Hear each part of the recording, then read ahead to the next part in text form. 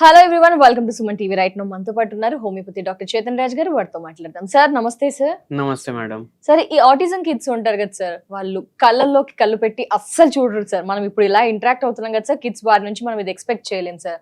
అలాగే చేసిన పన్నే పదే పదే చేస్తూ ఉంటారు, స్లోగా చేస్తూ ఉంటారు, ఏదైనా పెద్ద శబ్దాలు వస్తుంటే భయపడుతూ ఉంటారు సార్. ఇలా అయితే రకరకాల సిమ్టమ్స్ ఉంటాయి సార్. సార్ ఎందుకు ఇలా చూడలేరు అంటారు?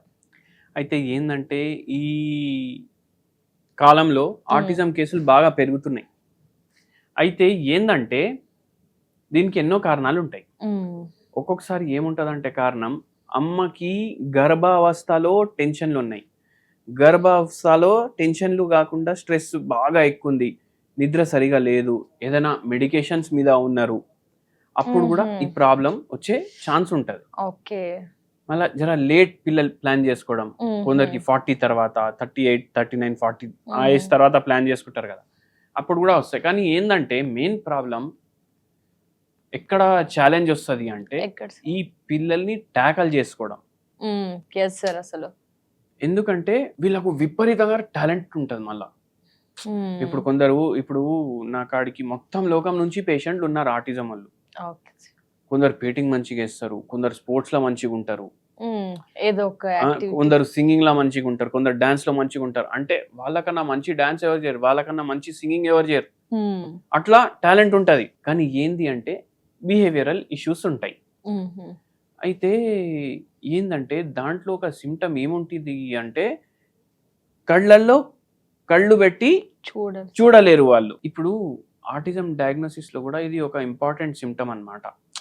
ఇప్పుడు బాబు మీతో కళ్ళల్లో కళ్ళు పెట్టి మాట్లాడతలేరు, లేదంటే మీరు చెప్పేదానికి సరిగా రెస్పాన్స్ ఇస్తలేడు, మన లోకంలో వాడు ఉంటుండు అంటే అది సోషల్ కూడా ప్రాబ్లం ఉంటుంది, సోషల్ యాంగ్జైటీ ఉంటుంది వాళ్ళకు. అయితే జర అది ఉంటది ప్రాబ్లం. అయితే ఈ కళ్ళల్లో కళ్ళు పెట్టి ఎందుకు చూడరంటే వీళ్ళకి యాంగ్జైటీ ఎక్కువ ఉంటుంది ఒకటి. మళ్ళీ దాని తర్వాత ఏంటంటే ఇట్లా డైరెక్ట్ చూస్తే ఐ కాంటాక్ట్ వస్తే వాళ్ళకు ఎమిగ్డాలా అనేసి ఒక సెంటర్ ఉంటుంది బ్రెయిన్ లో, అది యాక్టివేట్ అవుతుంది. Fight or flight response create చేస్తుంది. అది అంటే చేసేది ఉంటే చెయ్యి, లేకపోతే కథం ఇంకా అట్లా అది యాక్టివేట్ అవుతుంది. అది యాక్టివేట్ మనలో కాదు, దానివల్ల అవుతుంది అనమాట. మళ్ళీ ఇంకోటి ఏంది అంటే ఎప్పుడైతే వీళ్ళు ఇట్లా చూస్తారు కదా, హైపోథెలామస్ అనేసి ఒక గ్లాండ్ ఉంటుంది మన బాడీలో. Okay sir. ఆ గ్లాండ్ యాక్టివేట్ అవుతుంది. ఆ గ్లాండ్ యాక్టివేట్ అయ్యి స్ట్రెస్ హార్మోన్ రిలీజ్ చేపిస్తుంది. ఓకే.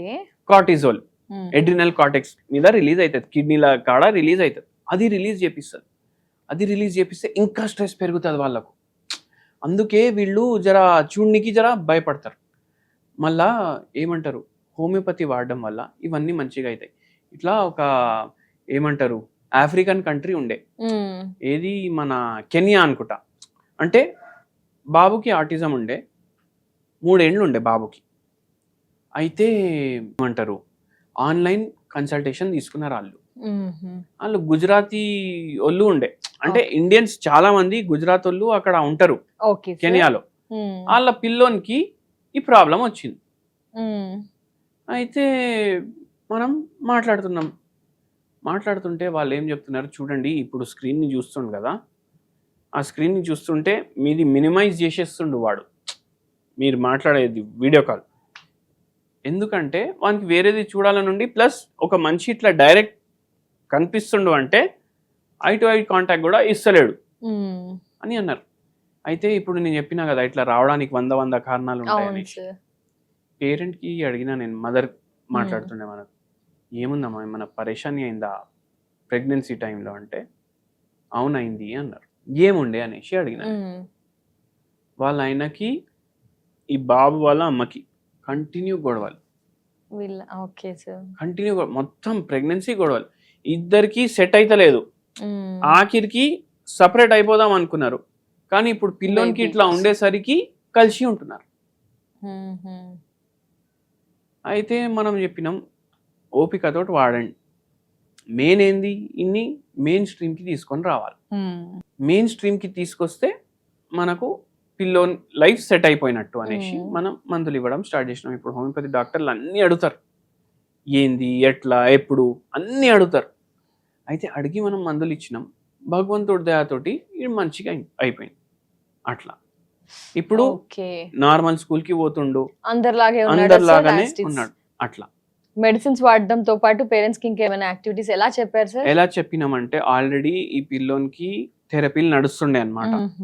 మనం ఏమంటామంటే మీరు హోమియోపతి వాడుతున్నారు, హోమియోపతి తోటి మంచి బెటర్మెంట్ ఉంటది, ఓకే సార్, మీరు అఫోర్డ్ చేయగలుగుతారు అంటే మీరు థెరపీలు చేసుకోండి. ఇప్పుడు కొందరు ఏమంటారు, ఇప్పుడు ఏడా మన కరీంనగర్కి వెళ్ళి ఒక పిల్లోని తెచ్చినారు. వాళ్ళు ఏమన్నారు, మాకు చాలా కాస్ట్ అవుతుంది, నెలకు 20,000 30,000 అవుతుంది, మాకు చాలా అంటే ఆయన ఏమన్నాడంటే నేను బంగారం కూడా అమ్మేసిన దానికోసం అనేసి.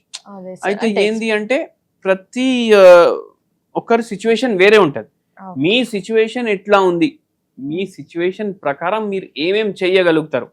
అఫ్ కోర్స్ కొందరు పిల్లల్లో థెరపీస్ తోటి కూడా బెటర్మెంట్ ఉంటది, బట్ మీకు ఏది సెట్ అవుతుంది మీరు అది చేయండి అని చెప్పిన. అట్లా ప్రతి ఒక్కరికి అట్లనే చెప్పాలి, individual. Okay, definitely sir. Thank you so much sir. నమస్తే.